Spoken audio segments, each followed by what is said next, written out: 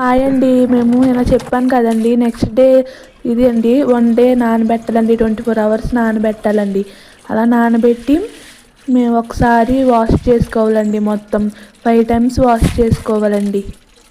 ఉన్న పొట్టు పైన తేలుతూ ఉంటుందండి, తుక్కు అదంతా తీసేయాలండి. తీసేసి ఒక 5 టైమ్స్ శుభ్రంగా వాష్ చేసుకోవాలండి. శుభ్రంగా ఇలా వాష్ చేసుకోవాలండి. పైన పొట్టు మొత్తం తీసేయాలండి, తేలేదంతా చెత్త అంతా అది మొత్తం తీసేసి శుభ్రంగా వాష్ చేసుకోవాలి 5 టైమ్స్. 24 అవర్స్ నానబెట్టుకోవాలండి మర్చిపోకుండా.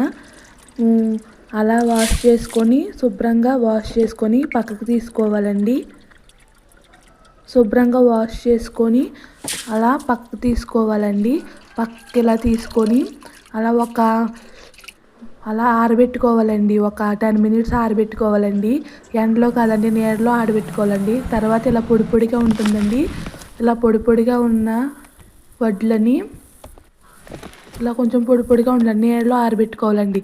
అలా మిల్లుకి వెళ్ళిస్తే ఇలాగా అటుకులు అనేవి రెడీ అయిపోతాయండి. ఎంతో టేస్టీ అయిన అటుకులు రెడీ అండి. Please subscribe my channel.